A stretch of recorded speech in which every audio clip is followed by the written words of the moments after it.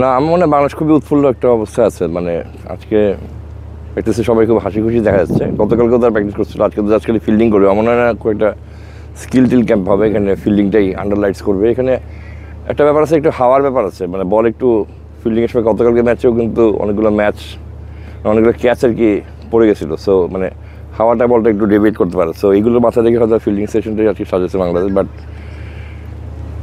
All and all যেহেতু 3টা series জিতে আসছে বাংলাদেশ, তারা খুব ভালো কনফিডেন্স আছে। আজকে প্রেস কনফারেন্সে ওরকমই মনে হলো যে লিটন দাস নিজেও খুব কনফিডেন্টলি ছিল।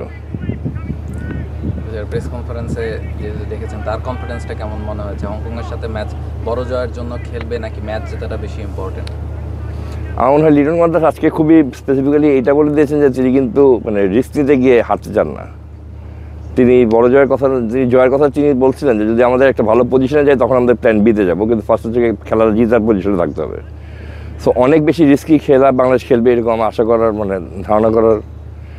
করি না, ধারণাও করি না। বাংলাদেশ যদি খুব একটা ভালো পজিশনে চলে যায়, ইন দ্যাট কেস অথবা এই খেলাটা তারা তার একটা বড় স্কোর বা বড় কিছু রান রেটের ব্যাপারটা মাথায় আনবে। বিকজ আফগানিস্তানের তো অলরেডি রান রেট নিয়ে বেশ এগিয়ে গেছে। এখন দেখার বিষয় হচ্ছে কি বাংলাদেশ কালকে এই মাঠে কত রান করে। মানে আমরা কিন্তু বাংলাদেশকে, যদিও বাংলাদেশ খেলা দিতেছে, বাংলাদেশ কিন্তু খুব হাই স্কোরিং ম্যাচ করে বেশি করতেছে না।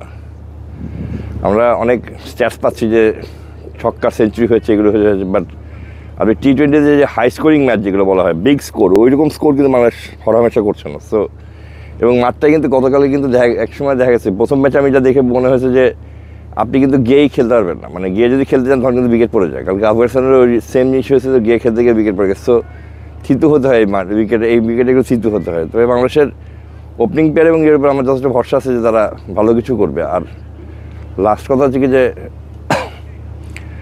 বাংলাদেশ যদি প্রথম ম্যাচটা খুব ভালোভাবে জিততে পারে, ইন দ্যাট কেস তারা কিন্তু একটা ভালো মোমেন্টাম নিয়ে নেবে। বাংলাদেশ একটা এমন একটা দল যে দলটা কিন্তু সবসময় মোমেন্টামের উপরে খেলে।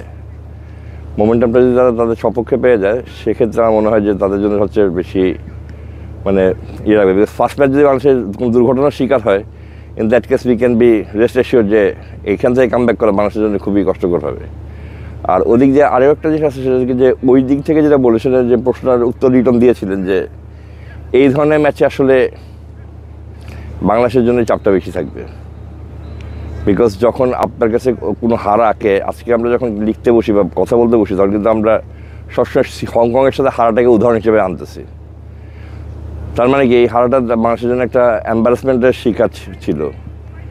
তো ওইগুলো তাদের মাথায় নিশ্চয় থাকবে। তবে আশা করি কালকে ভালো একটা ম্যাচ হবে। শেষ কয় মিনিট ছিল ভাই? 3 মিনিট। একদম পারফেক্ট ম্যান।